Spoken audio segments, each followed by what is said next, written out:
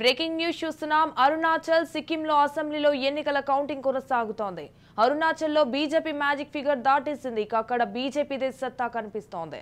అరుణాచల్లో 10 assembly స్థానాల్లో BJP ఏకగ్రీవం అయింది. అరుణాచల్ సిక్కింలో ఏప్రిల్ 19న జరిగిన పోలింగ్ జరిగింది.